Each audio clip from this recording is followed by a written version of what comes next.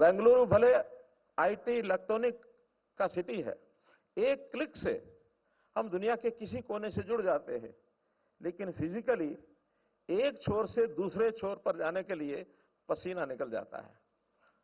ये बहुत बड़ी समस्या, इसका हल करने के लिए जैसा मैंने बताया येलो रेलवे लाइन का तो उद्घाटन किया और साथ में फेज 3 जो अगले चरण में बनना शुरू होगा इसका शिलान्यास भी किया है।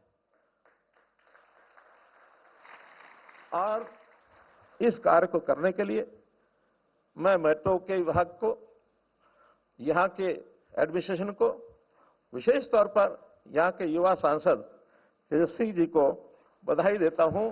जिस प्रकार से ये प्रधानमंत्री जी के पास लगातार गए, लगातार हमारे विभाग में भी आए और पिछले दिनों में कलकत्ता से इसी मेट्रो के 3 बोगीज को और वहां से हरी झंडी देकर के वहां से यहां लाया गया, उस कार्यक्रम को भी उन्होंने कराया है। तो मैं ये कहूंगा कि कोई भी प्रोजेक्ट को सफल करने के लिए कोई ना कोई एक व्यक्ति अगर पीछे लग जाता है तो निश्चित रूप से उसका सफलता उसके पीछे छुपी होती है। हम जानते हैं कि दुनिया में अर्बनाइजेशन बहुत बढ़ रहा है। आज हमारे भारत की आबादी 35% अर्बन सेक्टर की आबादी है और जैसा अनुमान लगाया जा रहा है 2047 तक ये आबादी 50% शहरी आबादी हो जाएगी। तो जिस प्रकार से आबादी बढ़ रही है उस प्रकार से उसका इंफ्रास्ट्रक्चर बढ़ना ये भी बहुत आवश्यक है। यहाँ मेट्रोज की आवश्यकता है, यहाँ आरटीएस की आवश्यकता है, ई मोबिलिटी की आवश्यकता है, ई बसेज की आवश्यकता है, पाथवेज की आवश्यकता है, ताकि आना जाना ये सुलभ हो जाए, ताकि ये ट्रैफिक की समस्या भी दूर हो। और दूसरा प्रदूषण भी रोड ट्रैफिक जो खास करके पेट्रोलियम पर, डीजल पर चलने वाला, इसके कारण से प्रदूषण बढ़ता है। उस प्रदूषण की कमी के लिए भी मेट्रो अपने आप में एक योगदान दे रहा है। मित्रों, मजाक में कहते हैं कि कभी बेंगलुरु का कोई एक साथी अपने किसी साथी को एयरपोर्ट पर छोड़ने जाएगा तो एयरपोर्ट पर उसको सी ऑफ करके आएगा। वो साथी मुंबई या दिल्ली पहुंच जाता है, लेकिन ये साथी एयरपोर्ट से अपने घर नहीं पहुंच पाता है। तो इस प्रकार की समस्या के बारे में जो एक भयंकर वातावरण है, इसको एक चुनौती के रूप में प्रधानमंत्री जी के नेतृत्व में हमने स्वीकारा है। और उसके पीछे की जो एक और भूमिका आगे की बता रहा हूं कि कुछ पाइपलाइन में बहुत सी योजनाएं हैं। आज फेज 3 का शिलान्यास हुआ है। अब एक और 3A का जो एक प्रोजेक्ट बहुत जल्दी स्वीकृति मिलने के बाद उसको भी यहाँ चालू कराया जाएगा। और जितनी प्लानिंग बेंगलुरु की है, मैं समझता हूं आने वाले वर्षों में दिल्ली के बाद नंबर 2 पर मेट्रो नेटवर्क वो बेंगलुरु का होगा। बेंगलुरु की ये ट्रैफिक की जो रफ्तार है, इसको ही नहीं बल्कि इसके साथ यहाँ की प्रगति, ये भी एक अभूतपूर्व माइलस्टोन है। और बेंगलुरु की माइलस्टोन इसलिए बनी है कि आईटी, यहाँ उद्योग में खास करके गारमेंट्स, इस उद्योग के लोग भी बहुत काम करते हैं। ऐसा जानकारी मिली है 13 लाख वर्कर ये डेली अपने एक स्थान से दूसरे स्थान केवल 2 उद्योगों में जाते हैं। जीडीपी इन सब उद्योगों के कारण से यहाँ बढ़ी है। तो ये सब श्रेय प्रधानमंत्री जी को जाता है। प्रधानमंत्री जी ने न केवल बेंगलुरु और कर्नाटका बल्कि देश भर में जिस प्रकार से इस प्रगति की रफ्तार को बढ़ाया है, दुनिया में हमारा नाम हुआ है। हमारी आर्थिकी जो कभी 5वें नंबर पर थी, 4थे पर आ गई है और आने वाले 2027 में 3रे नंबर पर आने की पूरी हमारी योजना है कि हम 3rd place will cover in the economic GDP structure. पिछले 11 साल में ये प्रगति का अगर पैमाना देखना हो तो मैं केवल 1 महीने के प्रधानमंत्री जी के जो कार्यक्रम हुए हैं पिछले 1 महीने के, कि सारे देश भर में किस प्रकार से कार्यक्रम आयोजन किए हैं, चाहे उद्घाटन हो, चाहे शिलान्यास हो अथवा अन्य प्रकार के।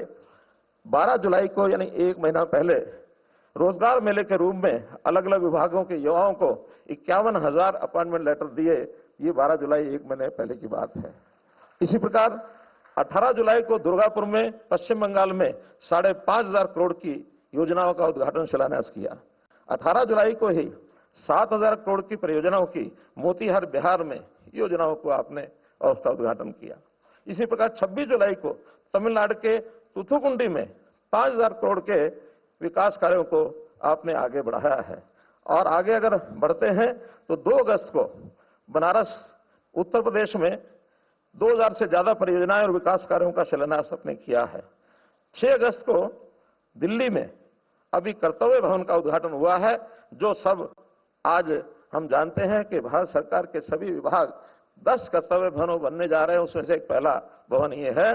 और आज आप बेंगलुरु में हैं, जिस प्रकार से बताया गया कि 23,000 करोड़ रुपए के उद्घाटन और शिलान्यास के कार्यक्रम ये आज के द्वारा हो रहे हैं। और न केवल यहां तक, कल प्रातःकाल 187 बहुत अच्छे फ्लैट्स, मेंबर पार्लियामेंट के नए भवन, उसका भी आप उद्घाटन करने वाले हैं। तो कल के कार्यक्रम की भी, चूंकि वो मेरे विभाग में मुझे साथ जाना होगा, तो इस नाते से ये लगातार महीने में इतने करोड़ों रुपए के जो उद्घाटन शिलान्यास और कार्यक्रम हो रहे हैं, ये लगातार 11 साल से चल रहे हैं। और इस गति को मैं समझता हूं आगे यदि हम बढ़ाए रखेंगे तो निश्चित रूप से जो अपने देश की एक योजना कल्पना प्रधानमंत्री जी ने हमारे सामने रखी है कि देश 2047 तक विकसित भारत हमको बनाना है। और यदि विकसित भारत की एक चीज होती है दृश्य, दिखने वाली, कुछ होती है अदृश्य। हमारी आर्थिक स्थिति ये दिखने वाली चीज नहीं, महसूस करने वाली बात है।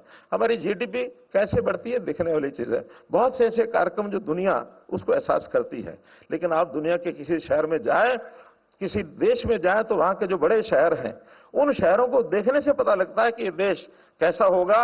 और उस प्रकार से वहां के, चाहे उसमें हम टोक्यो जाएं, बर्लिन जाएं, बीजिंग जाएं, हम वाशिंगटन जाएं, लंदन जाएं, ये कितने ही ऐसे देशों के शहर हैं जो विकसित हैं। उनके बराबर हम भी अपने यहां, चाहे वो बेंगलुरु हो, चाहे दिल्ली हो, मुंबई हो, अहमदाबाद हो, हैदराबाद हो, चेन्नई हो, ये सब शहरों को हमको उनके मुकाबले पर लाना है। और निश्चित रूप से मैं मान के चलता हूं कि हम सब कंधे से कंधा मिला करके आगे बढ़ेंगे तो एक दिन निश्चित रूप से हम इस टारगेट को पूरा करेंगे कि देश विकसित भारत के रूप में आगे आएगा। और इसका श्रेय हमारे माननीय प्रधानमंत्री जी को जाएगा कि उन्होंने जो नींव रखी, उस नींव को आगे बढ़ते हुए हम पूरा कर रहे हैं। बहुत बहुत धन्यवाद।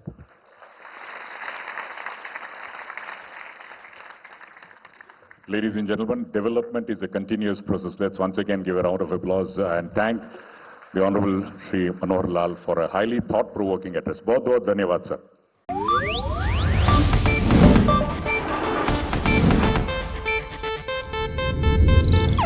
ಇದು ಏಷ್ಯಾನೆಟ್ ನ್ಯೂಸ್ ನೆಟ್ವರ್ಕ್ ಪ್ರಸ್ತುತಿ।